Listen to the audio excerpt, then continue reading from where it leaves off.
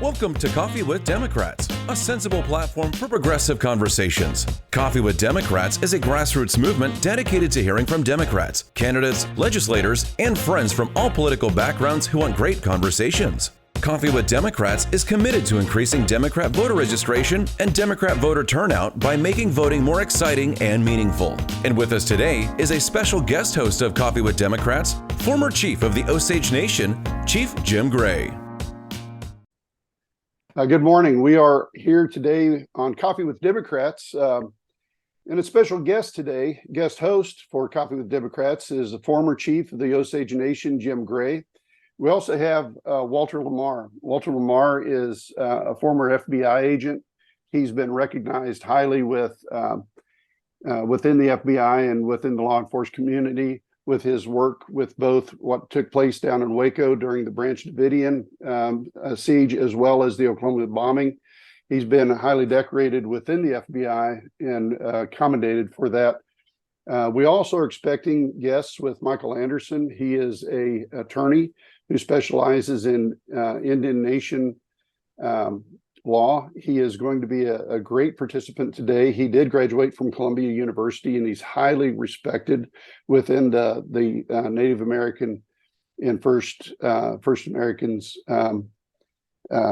legal side, and particularly the part about making sure that Indigenous policy and procedures is proper when as far as it goes to Hollywood, and making sure that Hollywood recognizes the processes there. Then we also have Holly Cook Macarro.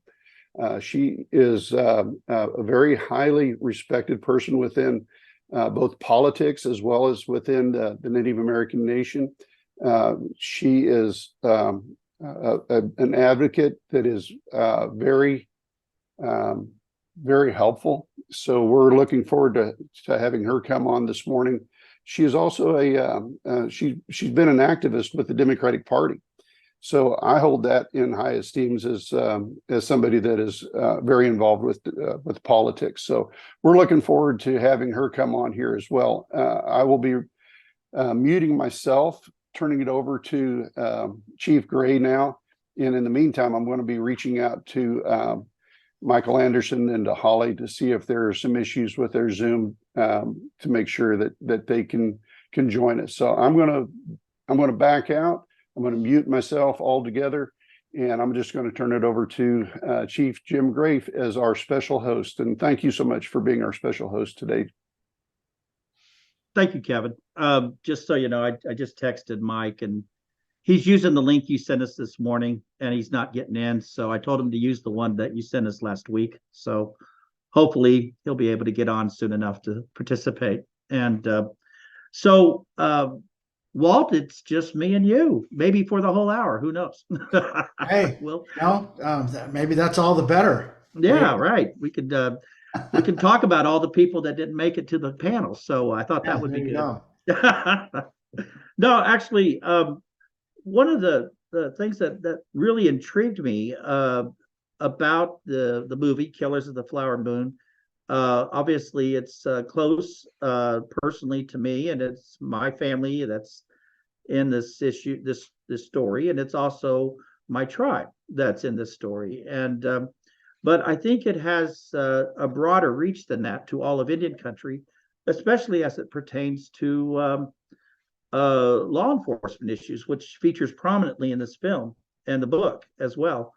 And as somebody who's worked in Federal Bureau of Investigation, which is part of this story as well, the beginnings of it, as well as the actual work that you've devoted your career to in law enforcement as a federal official, both at the FBI level as well as the Department of Interior and even the Bureau of Indian Affairs, and as a one-time director.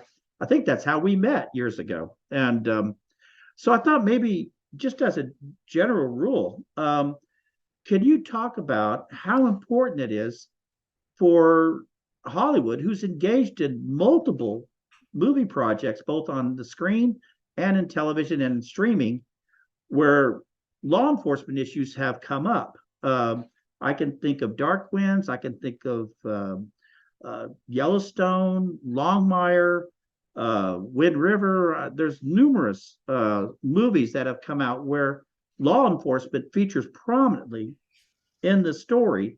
How important is it that we get this right? And just feel free to expand on whatever aspect that you feel is important. And I'll say I just got a text from Holly. So Kevin, she is in the waiting room, so she's been waiting. But Chief Gray, number one, thank you for inviting me to participate this morning. And Kevin, I want to thank you for presenting this platform and forum for us to talk about some of these issues, because they are, I think they're not only issues that are important to us in the Native community, but across our communities in this country. It's as I was thinking about coming on today, I mean, for a long time, a very long time, Native American portrayals in television and in the movie industry, and I'll say, Chief Gray, I can include you in this, as baby boomers, we just on the cusp, yeah. Yeah, we recall as children the contradictory emotion of seeing us on screen, whether it was our little black and white television tubes or whether it was at the big screen at the movie theater. We were kind of proud that we were thought of, but we were horrified in the way we were thought of. Right? We were kind of proud to see ourselves, but we were at the same time horrified. And so now we fast forward to the past several years, and maybe a little bit beyond that even. We've seen this amazing surge, Native content on television and now streaming networks. And what I would say is, and thinking about this, is that our stories are safer when we're involved. When we're involved in the process, whether we be financiers, whether we be directors, producers, writers, actors, and then cultural and content consultants. So we'll touch on that law enforcement question in a second too. But with this amazing surge and the importance of us being, and I don't say us, I say the industry being right about what the content is. I mean, if a story revolves around heart implant surgery, they're going to have a consultant that's going to run them through and make sure that they're a consultant to talk about heart implants. But when you want to get it right. So if you're producing a movie that has or a TV series that includes Native content, absolutely, it's a bit more complicated than the one consultant scenario. And you think about our cultural diversity, our geographic, demographic diversity, the complexities of sovereignty, the government-to-government relationships, that roller coaster of federal policy. Then when you're asking about the criminal justice systems, I mean, it's laced with jurisdictional nuance. And when we are not part of that entire process, in days gone by, when we were portrayed, it's just as I said, it was in a horrifying ways oftentimes, and it gradually progressed at a point where when we're portrayed, they're missing it still by a mile, right? And now as we're moving into present day, they're missing it more like by feet, but they're still missing it. And they're still missing it because oftentimes their thought is, well, if we've got a Native consultant, then that person can cover the gamut of everything that we're going to be presenting, whether it be cultural, whether it be law enforcement, whether it have to do with our communities and our languages. They expect that now they've got that one Native person there, they can check the box. It's absolutely not true. And when I've watched these television shows, and there are things that I'm gonna see that a lot of folks don't, because it's the law enforcement part. But we want authenticity and accuracy. We want this to be right, because this is our opportunity to make damn sure that our story is told correctly. To do that, the industry has to recognize that you don't get on the phone and call up one native and have them show up, and now you've checked the box and you've covered it. Yeah. It's much more than that. And when you brought up earlier about Killers of the Flower Moon, well, was it 2020 or 2021 when the announcement first came out that the movie was going to be made? Right. And somebody called me and asked me, well, what's my thought about it, because of it's about the birth of the FBI. Mm-hmm. Well, I mean, immediately I said, well, the FBI genesis should only be an interesting factoid as part of this. Right. I mean, you're going to tell the story of the Oklahoma City bombing. You're going to tell the story of the tragedy. Mm-hmm. And then you're going to have as the side story the investigation and talking about the investigation.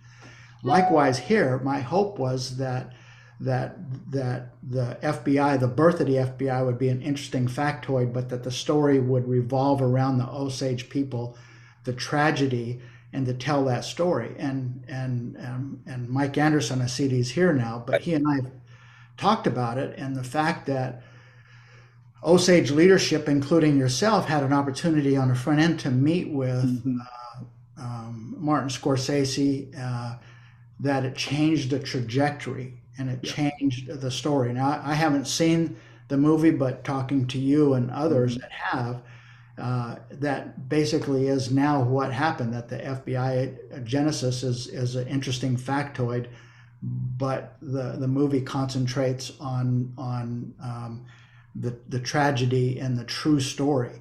And so I'll just add one more thing to this, though. But I feel like the movie is concentrated there, but the commentary surrounding the with in that it's our responsibility to address is the fact that this didn't. I mean, there with the Osage people was as tragic and as horrific as it could be. But the same story is across our communities, across Indian country, right. whether it be precious metals, whether it be timber, water, uranium, coal, natural gas, even grazing leases and farm agriculture. Yeah, absolutely. And in every case, the anything that we own or control, there's always been the risk of hucksters, opportunists, criminals, thieves, and the commentary that we have to promote is that it goes on yet today. Mm-hmm. The Killers of the Flower Moon is going to be an incredible platform for us to tell that part of the story as well. So, well, look no further than the missing and murdered Indigenous women issue that is in today's newspapers today. So I would say that you're absolutely correct. These issues are still happening. Thank you, Mike. I wanted to ask Holly, one of the things that we did in our introduction was to talk about some of your work that you've done, both politically as well as your work in Indian country, in terms of getting the movie industry more prepared for taking on Indigenous content, because that seems to be the topic of interest at this point. We're seeing a surge in of content coming out in all platforms, movies, television, streaming services, and there's a real ripe opportunity for Indian country to engage in a equal basis, in a way that maybe we haven't been in the past. And your work as chair of the Illuminative organization certainly has brought a lot of that to light in the last 5 years. And I thought maybe this might be a good time for you to pitch the work that you do there a little bit, and hopefully expand on where you see things moving in the post Killers of the Flower Moon era that we think is going to happen. It's going to, I think, explode even more interest in Indigenous content. Thanks, Jim. Thanks for having me this morning. And I think you've hit on what we're really seeing right now is a renaissance in Indian country, not just in the film industry, but in politics, right? All of us, I see, Walt Lamar, Michael Anderson, we've all worked in the political space for so long, and coming at it from different perspectives and roles. Michael and I were in the Clinton administration together, and I look back then and on how different things were. We used to get so excited when the president would include Native Americans when he, listed off communities of color, and we expect so much more now, and rightfully so. This renaissance, I think, in terms of politics and visibility and all of that, I think, we are seeing in much more accurate portrayals in the film industry. And my work at Illuminative is as chair of the board, right? Crystal Echohawk is the founder and the real visionary behind the work at Illuminative, and along with a really tremendous team there. And that work and the identifying, I always say that Crystal saw a space that needed to be filled, right? And Illuminative provides, I think, both social media content, which is so important in driving a message, in pushing a narrative or calling something out. And she does it in a very nimble way. The team at Illuminative is very responsive, from things like Rick Santorum's inappropriate comments to things like, helping get over the finish line the changing of the name of the Washington professional football team. All of those things, they were team efforts, but the amplification of how to accurately portray Indian country, Native Americans, our stories, how to tell our stories in a way that is not the commercialization or just perpetuating what we've always known is as the Hollywood Indian or the Hollywood version of Indians. And that work over the last, I think we just crossed the 5-year mark at Illuminative. I think all of that in conjunction with so many people who've done this work for so long, right? We all stand on their shoulders. We are approaching a time, and as we see Killers of the Flower Moon, I'm actually in New York City today, and I saw this huge billboard, and it's Leonardo DiCaprio, Robert De Niro, and Lily Gladstone. And it brought tears to my eyes to think, it's so incredible to see. It's moving, isn't it? Yeah. It really, it's surprisingly emotional when you see that. It's such a big deal to us, and really it marks a place, I think, in time and history. And I think we're on the brink of seeing, hopefully, another momentous time in history as we move towards award season. But all of that, it's this renaissance in Indian country. I think electoral politics, the rise of the influence and power of Indian country, and the voice of Indian country politics and media, and in film, where it's a remarkable time. Well, thank you. I wanted to say a few words about Yancey's inability to come on to this podcast. He called me last night, and he was terribly sorry that he wasn't going to be able to participate. And I know some of you who followed his sudden rise to stardom with his participation in this film was even echoed even in the most recent final episode of Reservation Dogs, which I hope we have time to talk a little bit about as well. But here's where I think if Yancey was here, I wouldn't put him on the spot to ask him about his experience in the film, and certainly because of the ongoing strike with the actors, he has to, protect the solidarity of the group by not participating in any media, and I respect that and everything. I was happy to say, well, let's just talk about your record collection. I don't care. Just get on with the call, But as it turned out, he had a project that he did want to talk about. And if it's all right with you, I'd like to say a few words about it. His dad, the late Charles Redcorn, was a historian, and throughout his entire life was a writer. He was he had an Ivy League education, and he came back home and worked and devoted his life to Indian country. And throughout his life, he sat down and talked to people, Osages, who had experienced the kind of tragedy that is documented in Killers of the Flower Moon. But in their cases, their stories were never investigated.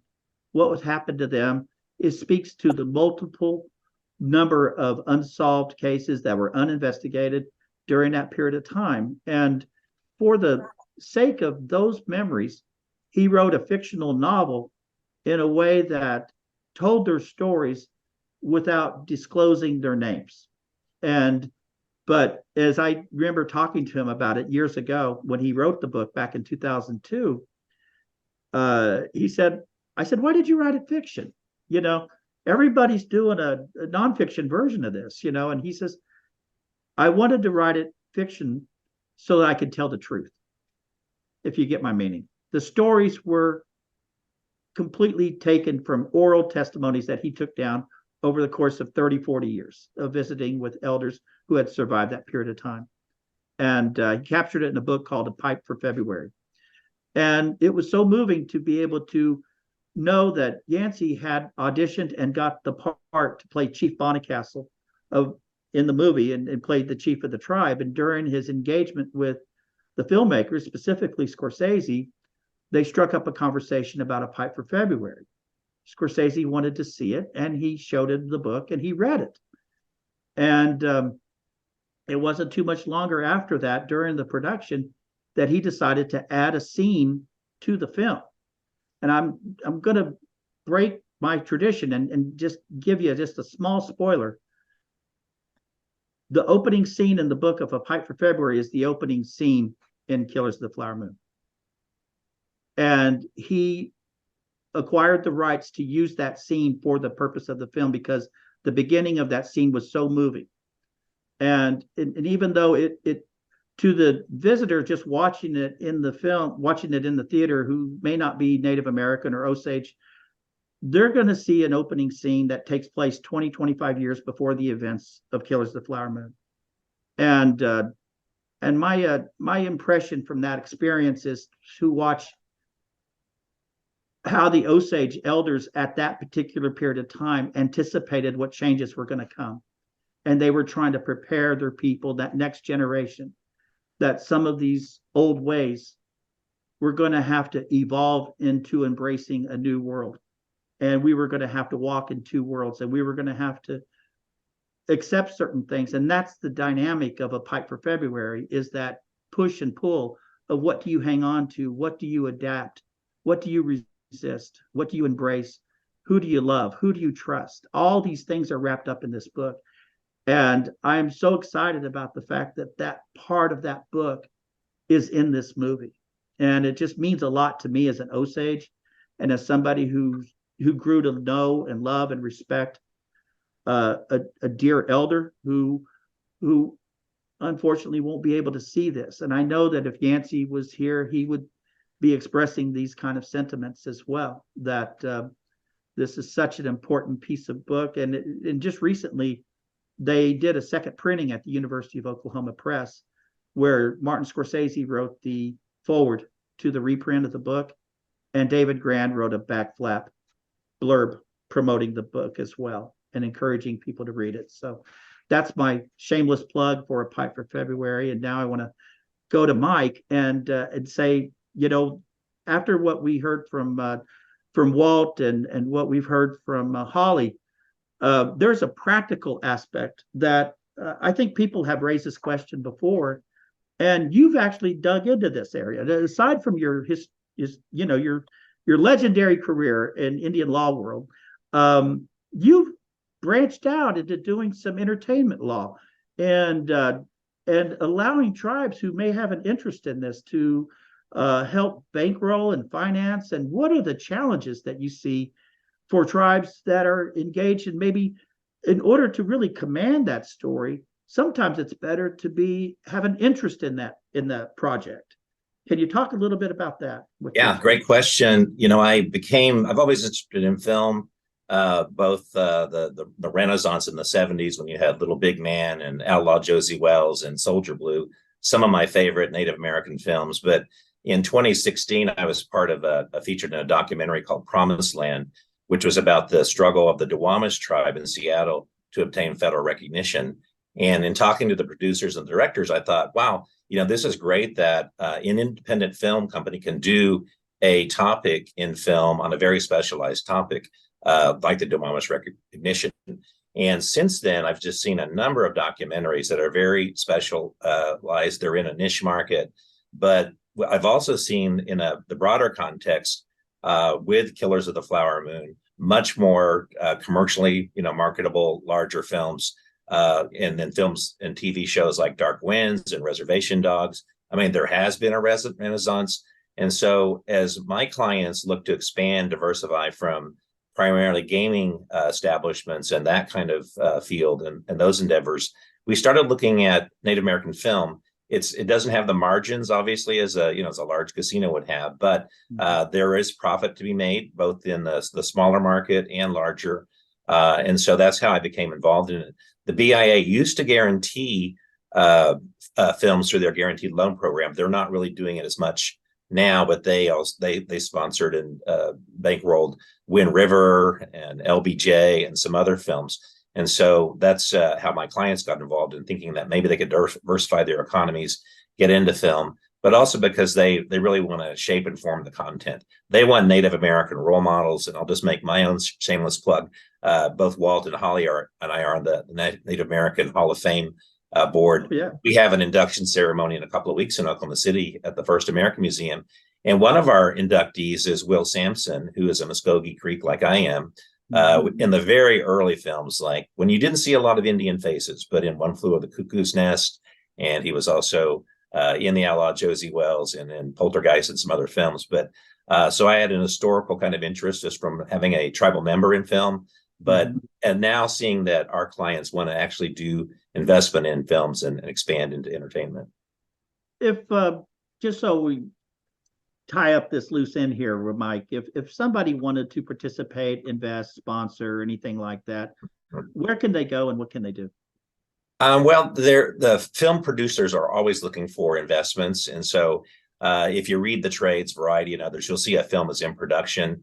I actually met with the production company for Killers of the Flower Moon at an early point, and before they'd actually really engaged with the Osage tribe. And I was talking to them both about investment, also, but things like using traditional tribal regalia in the film, actual Osage language, and things that I later learned that they parroted back to the tribe when they met with them. So that was terrific. They heard you. Yeah, but and many other people, I know the tribe eventually had a consultant directly working with as a liaison to the film production company. But it's basically following the trades and see what's in production. Films always need money, even the large films, whether it's a monster like Killers of the Flower Moon or very small productions. And so it's one of the challenges for the filmmaker is to really, sometimes they're great on the artistic side, but they're not great on the business side. So you need a marketing plan, you need a sales agent, you need a foreign distribution if that's the kind of film that's marketable there. But it's basically doing business in just artistic content, which is a challenge for many people. I think one of the things that make Killers of the Flower Moon so interesting, and I don't know if you all recall, but the day the movie premiered at Cannes Film Festival in France back in May, I had already seen the movie, and I was as one of the descendants of the people who are killed in this film. The Apple thought it would be a good idea to invite the descendants of those that are featured in the film to be able to see it privately before it is shown worldwide.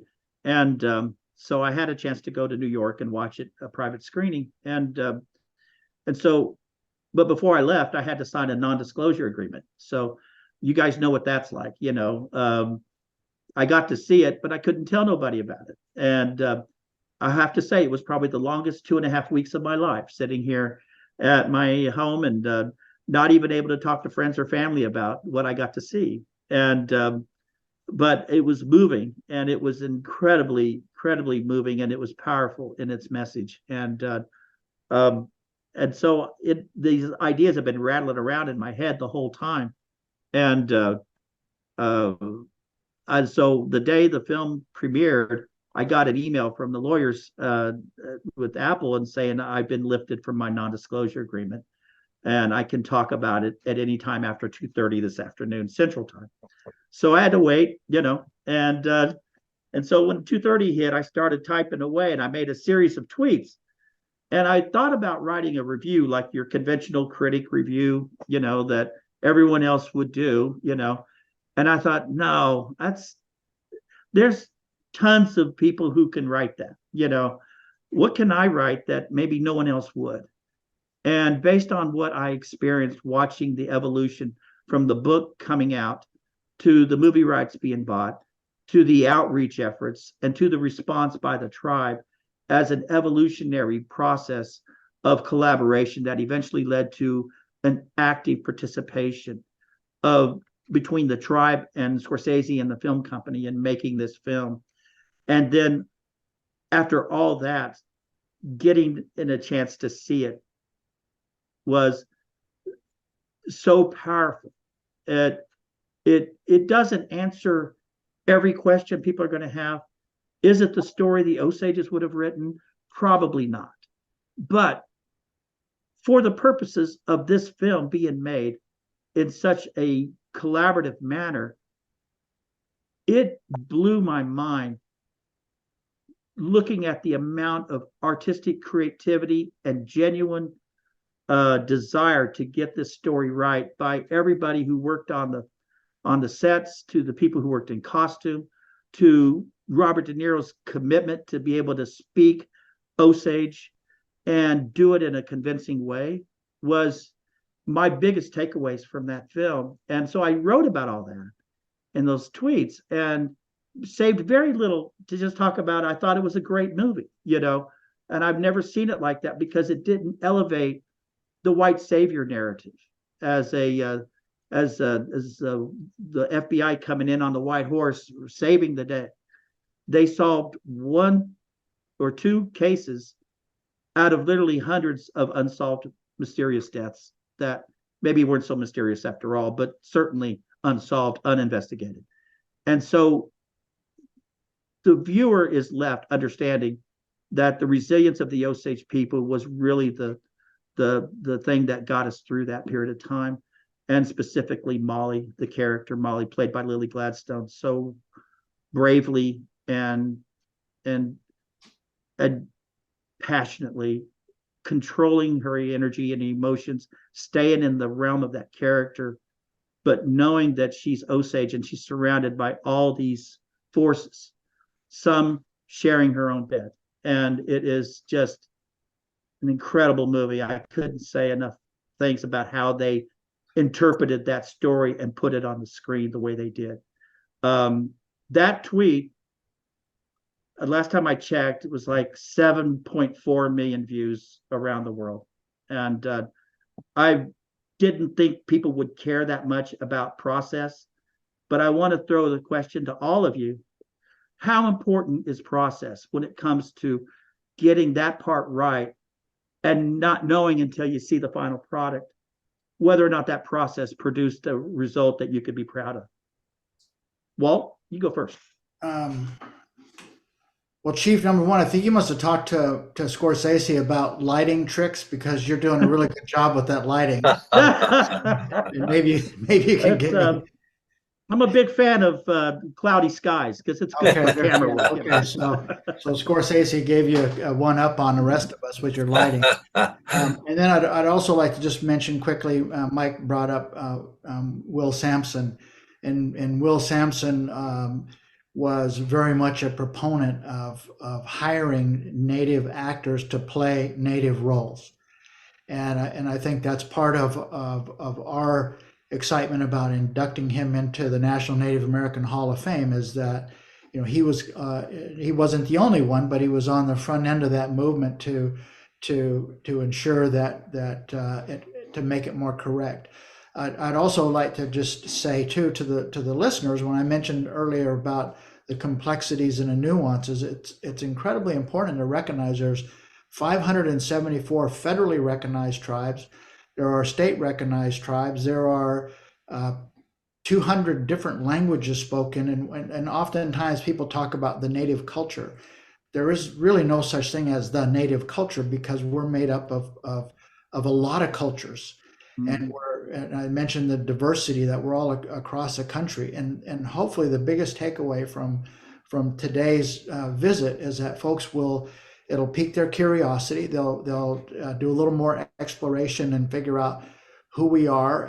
That they'll grab a book and they'll pick it up and read a little bit more about who we are, and Oscar Hokey just came out with a book called Calling for a Blanket Dance. Mm-hmm. And for those folks in Oklahoma, it is tremendously insightful because it takes you right to the Kiowa people, right to the Cherokee people, right to the essence and the heart of being multi-tribal, growing up multi-tribal, growing up in Oklahoma.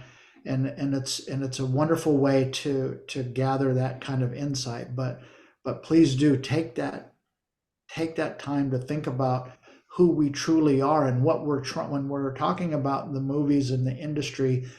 What we're talking about is that it's not just a singular story. Thank you. Holly? I'm so glad that you brought the question about process up, because we've seen the work. Bird Running Water was at Sundance for 20 years. He recently left. Adam Perrone is doing a terrific job there now.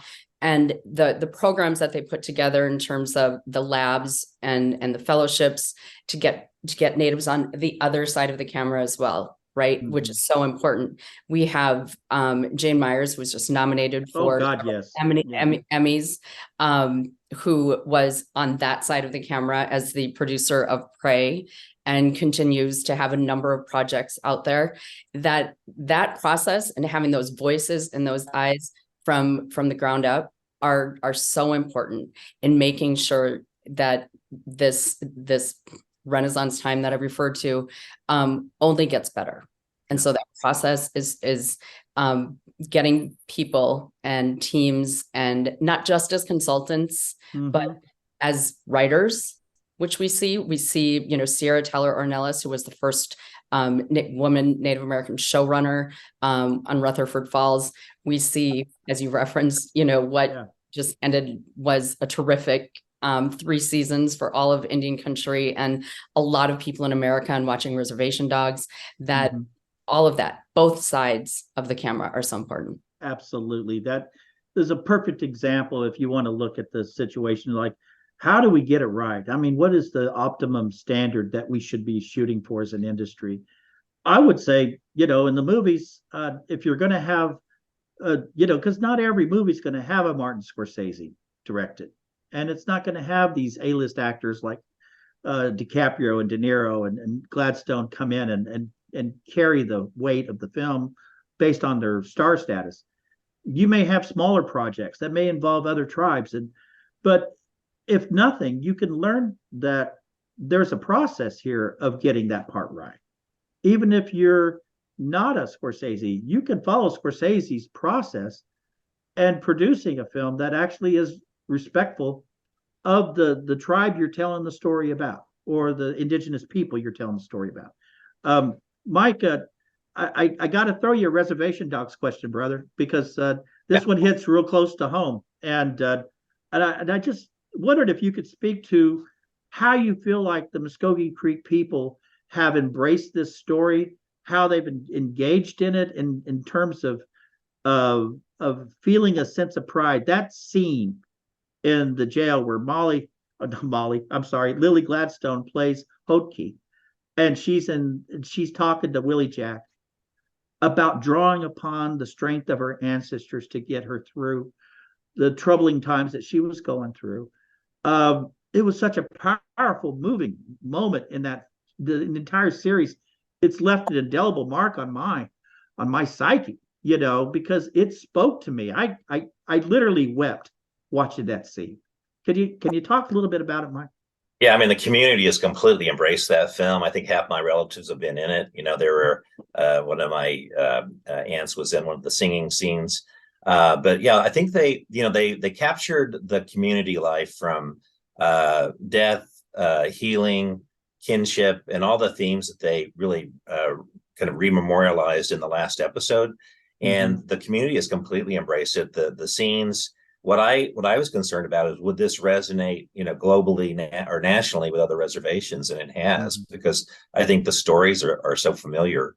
I wasn't sure the Indian humor would translate, but it translated very well. Yeah. What I'm proud about too is that they had a Native American writers' room.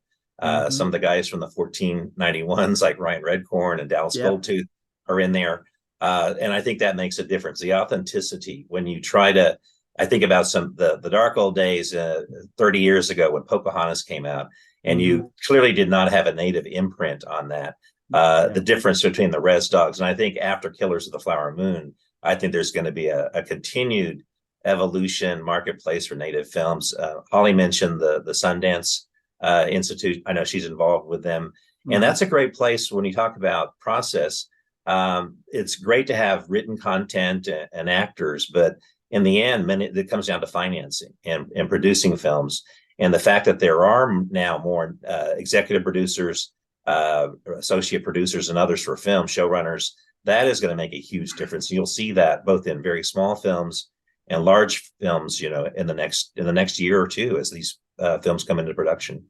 I think one of the things I really admired about the way Sterling Harjo handled this entire 3-year run was that, you see it in other communities, you see it in our own community sometimes, where somebody achieves a certain level of fame, they pull the ladder up, and he didn't do that. He did not do that. He took the opportunity that he had, and he brought other people with him. He gave them opportunities to shine, and he asked certain people that he had worked with in the past to come in and step in and direct an episode or to help write an episode, like you said, Mike. And so that there were multiple fingers all over this project that had different visions, different creative juices that were going into it, that made the story so fresh. Each one was so uniquely different from the other, even though there was a narrative to the whole story, especially this last season, because they were tying things up. But I just want to give a shout out to Sterling, because that was a choice he made. And it was such a smart choice, because like you said, Mike, we don't want this to be a one-off. We want this to be the beginning of a new renaissance of Indigenous filmmaking, both in front of the camera, behind the camera, and the content. Because what we discovered through both telling an accurate portrayal, reflecting a historical event that happened in our past, like Killers of the Flower Moon, or telling a contemporary story about the lives of Indigenous people living today, with all the challenges and struggles that contemporary society has placed upon them, and the unrealistic expectations that mainstream media has put on us. Yet we still find a way to have our own voice and have our own space to be able to tell this story from our point of view. I think it's just gonna, it gives me reason to hope that these are not the exceptions as they have been perceived today, but they're going to be the rule going forward, I think. Holly, if you don't mind, I want to dig a little deeper in terms of a little bit about how important it is that we organize a pipeline of content for the industry, because you don't want them to just pick a consultant. You don't want them to just, do it as if it's a PR move. You want the original work to get the best attention from the industry that has the resources to make it real. And but the burden is on us too, right?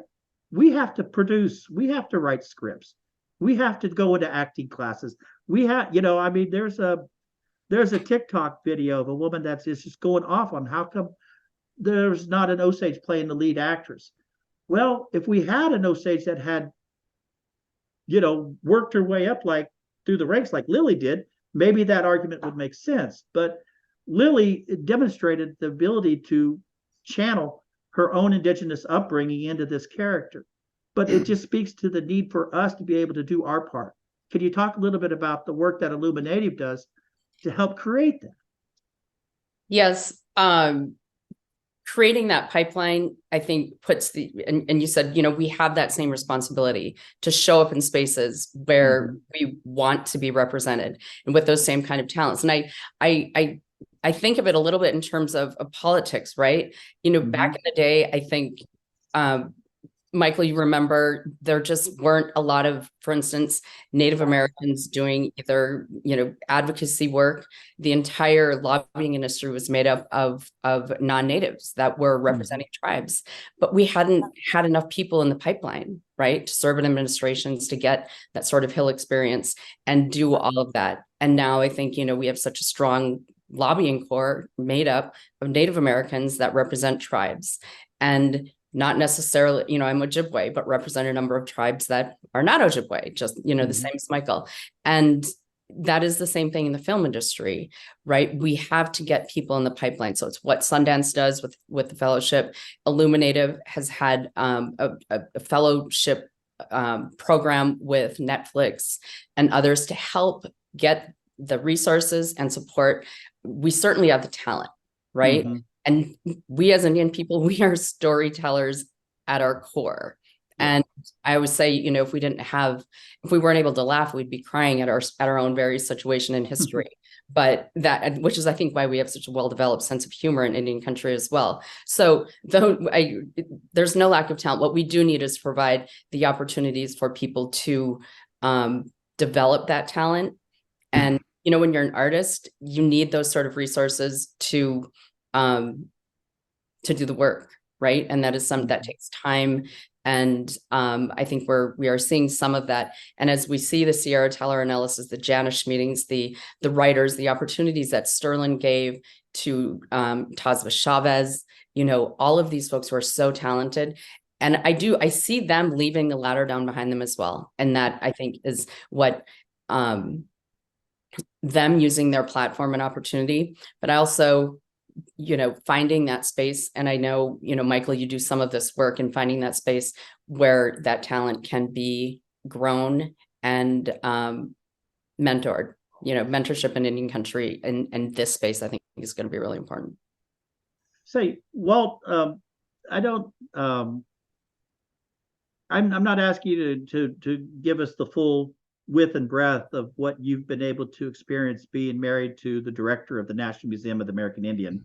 But could you give us at least a glimpse at the kind of things the museum does as a way of educating the general public about Indigenous life, Indigenous world that we have all grown up in, how important it is for that to be accurately reflected? I know one of the things that Kevin did when he was in that position was that he opposed the Indian mascot issue in Washington, D.C. He opposed these, he championed projects such as the accurate portrayal of Native Americans, whether it's in Madison Avenue or whether it's in Burbank or Hollywood, because those things affect federal policy in D.C. The perceptions that the public has that is born from, Land O'Lakes butter or the Washington football team logo or some of the perpetual misrepresentations like you talked about of our lives on the screen has an effect on federal policy. The museum stands alone across the street from the U.S. Capitol as a point of education to the world of who we are and what we are, and definitely what we're not. Could you talk a little bit about that? Well, thanks, Chief Graham. I appreciate that question, and I'm incredibly proud of my wife.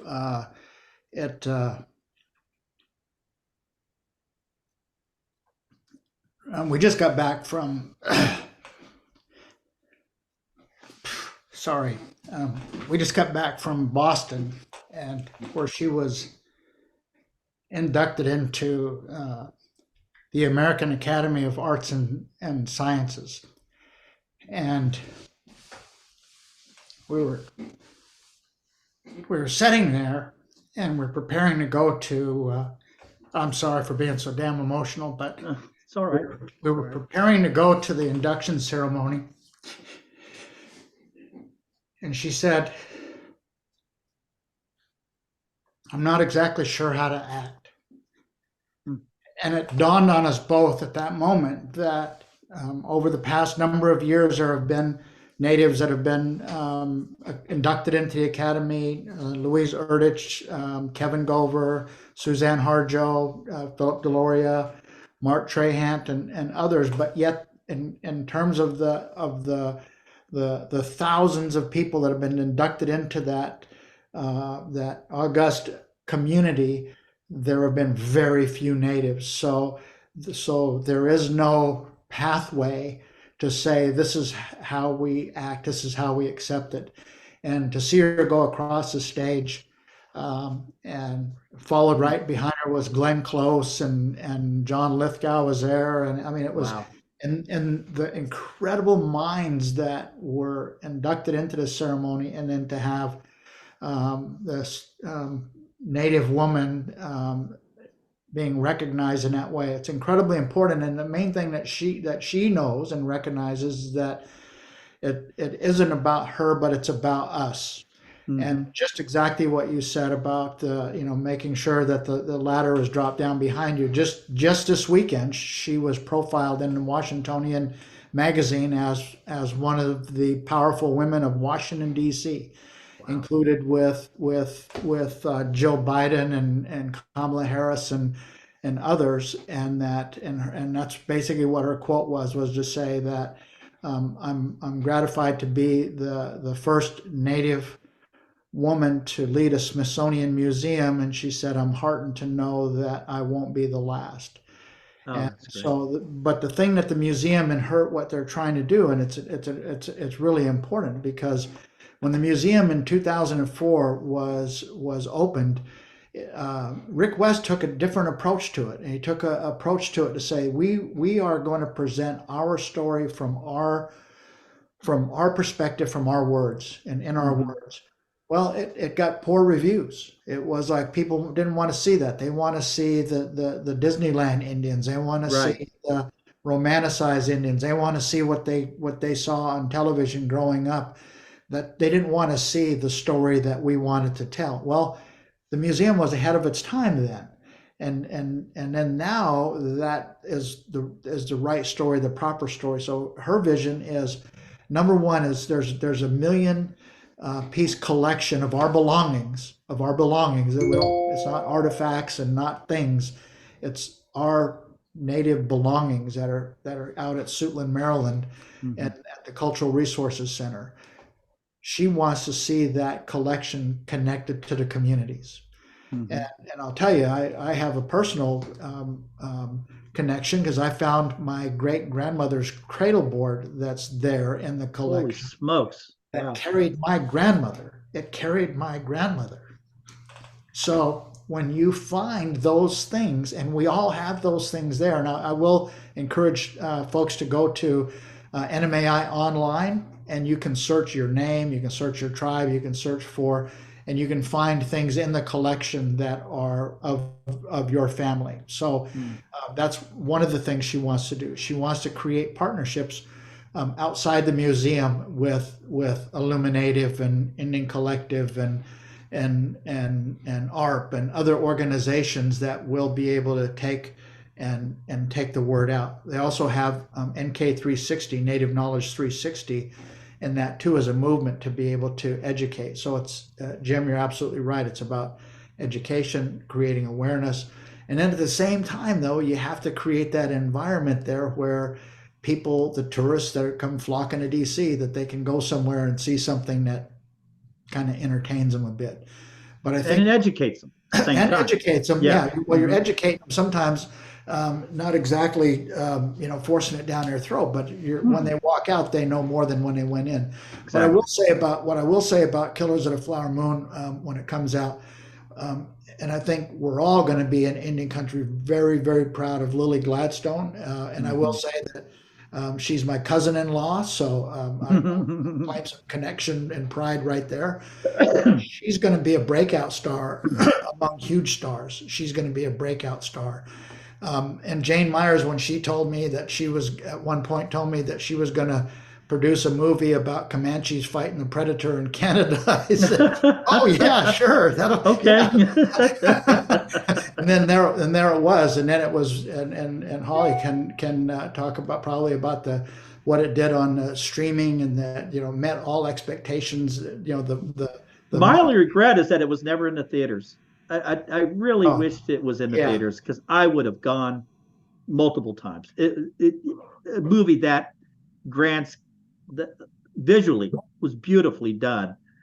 on my computer screen was such a disservice to all the hard work that went into telling that story, you know. So lastly, what I want to say is, oh, and one more thing about my wife. She's also in the Forbes magazine 50 over 50 too, on that list as well. So she's kind of on a roll, and she's embracing her platform, that this is the place to talk about not me, but who we are and what the museum does. And don't forget about the fact that there is an NMAI in New York City as well. That's right. Park.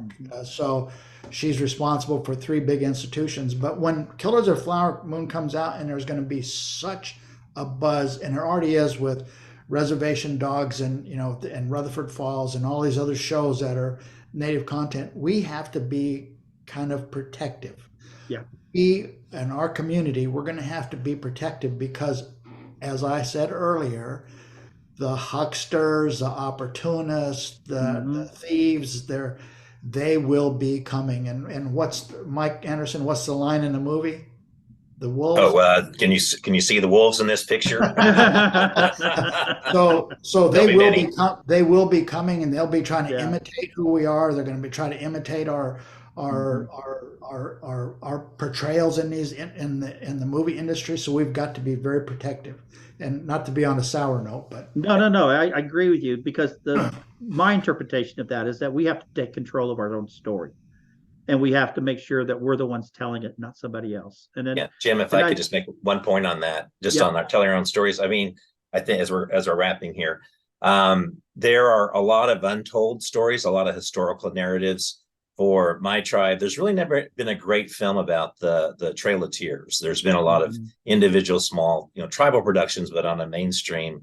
There's now been a recent great sports story like the Hominy Osage beating the New York Giants. Yeah. And, I saw a panel with Wes Studi, and he was talking about there hasn't been a great romantic comedy mainstream with Native Americans.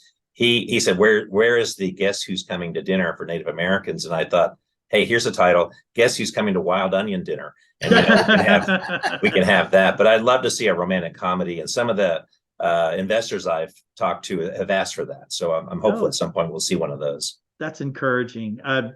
Just to kind of give an ode to a little bit some of the more current dynamics that's happening here in Oklahoma, and unfortunately happening in other red states across the country, is that there's been laws that have been passed at the state level that is preventing the any kind of history being taught in the public schools that may make somebody feel uncomfortable. And unfortunately, history is not there to make us feel good. Unfortunately, it's there to help educate us, so that if there were mistakes in the past, like slavery and Jim Crow and Reign of Terror and the removals like the Trail of Tears, that they be brought to the attention of this generation in the school books. And right now we're fighting a battle right now in Oklahoma. House Bill 1775 is on the books, and it has had a chilling effect in the school system from being able to even bring Killers of the Flower Moon into a social studies class. There's a story that a teacher in Dewey, Oklahoma, has bought 25 copies of the books for the purposes of educating their students on it. And when that law was passed, she put them in a box and put it in a shelf, because the consequences of violating this law would be she would lose her teacher's license, and there would be an accreditation to her school system. And none of those things were worth the risk of jeopardizing her career or her school. That would even further damage the school system's ability to teach kids. And if you all have a comment on that, that's fine. If not, I'm happy to wrap it up. But I just wanted to put that in there, because this is a dynamic that's going on. The lieutenant governor attended the Cannes Film Festival to promote the fact that Oklahoma give tax credits for this film to be made in Oklahoma. And I just want you to know that I'm glad that the lieutenant governor was there. I really am glad, because he was promoting this film for an international audience to see. And when he came back to Oklahoma, a reporter from OSU TV, it's a NPR station based at Stillwater in OSU, Tulsa, KOSU, I think is what it's called, asked him, how is it possible you are promoting this film to be shown worldwide for everyone to see, while at the same time you're preventing the content of that story to be taught in public schools? you know, these are legitimate questions that are being discussed right now here in Oklahoma and in other red states where these laws are on the books. Any comments or questions, observations? Looks like I stubbed the panel with that. Well, one. No. In the chat, there's a question, and it was asking us how we feel about Killers of the Flower Moon. There was a post-premiere press conference, and apparently Lily Gladstone said that the Osage grieved William Hale's incarceration and later death. And so the question is that revelation surprising? Well, part of William Hale's success in being able to establish himself in the Osage community is he learned to speak the Osage language. He became friends with Osages. He attended Osage gatherings and ceremonies. There's this great photo of one of our Ilonshka dances. It was kind of a panoramic view picture at the time in the 1920s. That is, part of it has deliberately been removed from the museum at the Osage Museum because he's in that picture. And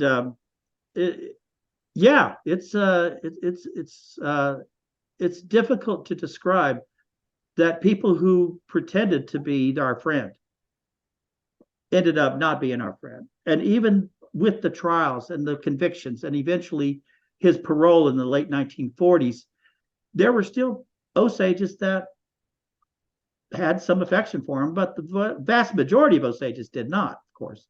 But we still lived in that time that even though there was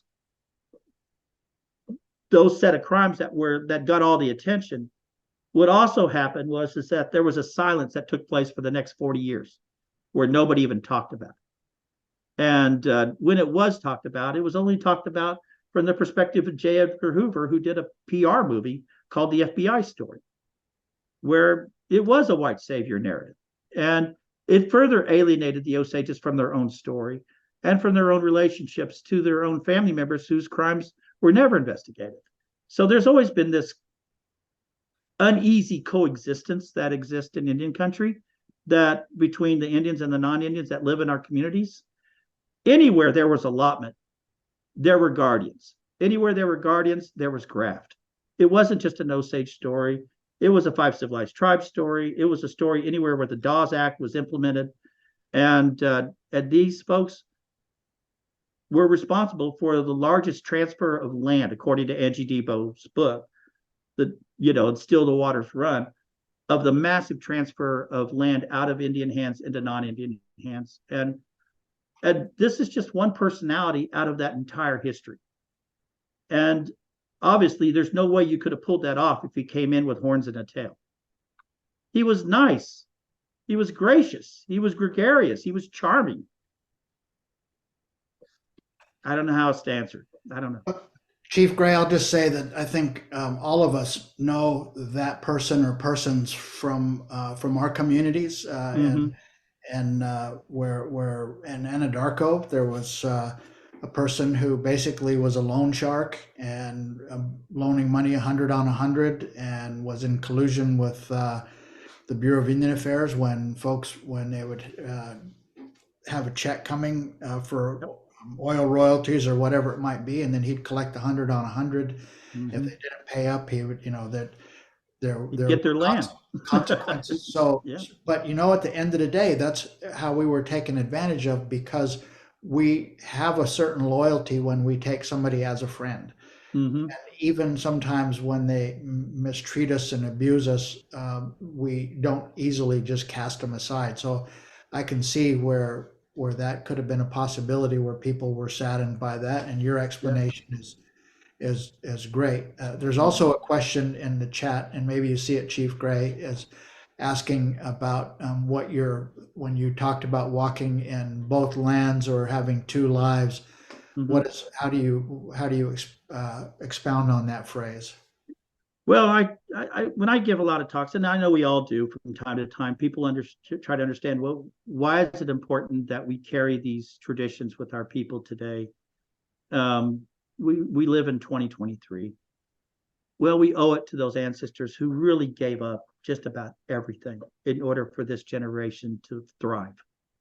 And whether it's as a result of the success in gaming that has given us the financial resources to reinvest in culture and language preservation, to acquire our homelands back, to invest that money into healthcare for our people. It's important to understand that those sacrifices and the dedicated servants of our people that represent our ancestors are largely responsible for the success that we're enjoying today. And we owe it to them. And even though we do live in a modern society with modern conveniences, I still believe that you can think and live and exist and succeed in this world, but you can do it with the heart of your indigenous people the whole time. And it makes you a better person. It makes you whole. And I think in a way, it gives you a sense of perspective that your goal in this life is to hopefully leave that woodpile a little higher than what you found it for that next generation. Those kids are growing up so that they will have the benefits that you had.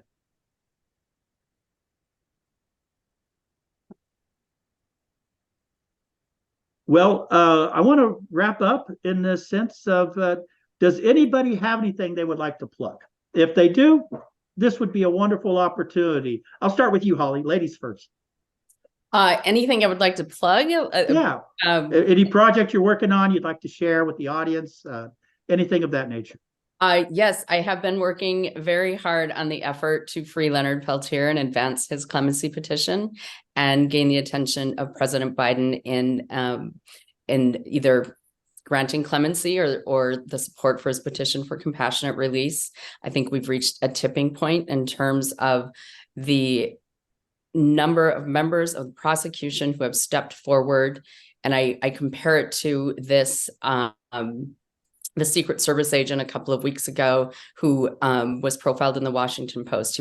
He rode on the car that President Kennedy was in when he was shot. He's 92 years old. He wanted to tell his story, and he spoke out for the first time, some of which differed from the Warren Commission rendering of that day. But I compare it because I think folks who are a part of these moments in history and they have this crisis of conscience and want to step forward, and everyone from the judge in Leonard's case to the U.S. attorney who handled the prosecution and appeal to the FBI agent in charge of the Minneapolis area office at the time have stepped forward and recognized that they couldn't prove that Leonard committed a crime on the Jumping Bull Ranch that day, have acknowledged the racism that was present and the atmosphere that was funded and created by the U.S. government in Pine Ridge at that time, and the fact that 27 multinational corporations had filed for the mineral rights on Pine Ridge and in the Dakotas at that time. The background to this story is one that should be told, needs to be told, and a man has served nearly 49 years in prison. And right now, I always say I'm not relitigating this case. It's about justice. Yeah. Thank you. Thank you. That was such an important cause that's on top of mind with a lot of people in the Indian community. And please give your husband our congratulations for receiving his, what was it, a Lifetime Achievement Award of some type? Yes.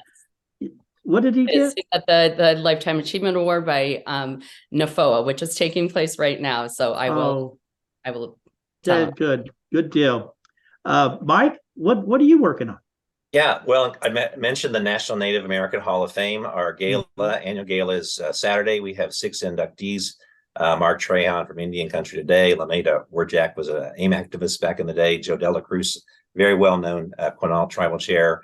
Richard Judell, a lawyer that really initiated a lot of law careers, and Will Sampson from my tribe. So that is online. They have information if you want to go online, but that's the next project I'm working on. Excellent. Walt, anything happen? Walt? Yeah, sorry, I just picked up a cold and I'm now have a coughing fit going on. But I will say this: Holly is an absolute strong advocate for anything and everything that she does, and if I ever get in a bind, I want her behind me to get me out of whatever bind that is. And I think Mike Anderson will be at some point leading the effort for a big movie production. And when he does, I'm looking for a role. So make sure that you include me in that big movie production. But I'll just say I'm very proud to be included with the three of you in this podcast, and I think it's the absolute most important thing is always and never underestimate the power of our voices. Absolutely. I couldn't Well, think of a better way to end that. You guys, you have been great and great sports, and you know, next time we all get together at whatever in an event that brings us all together, I'm going to make sure Yancey buys us at least a round of coffee in honor of the Coffee for Democrats for honoring us with this hosting responsibilities and having this particular subject on their platform to discuss. And I thank you all very much. And Kevin, if you can unmute, I'll turn it back over to you to finish this out.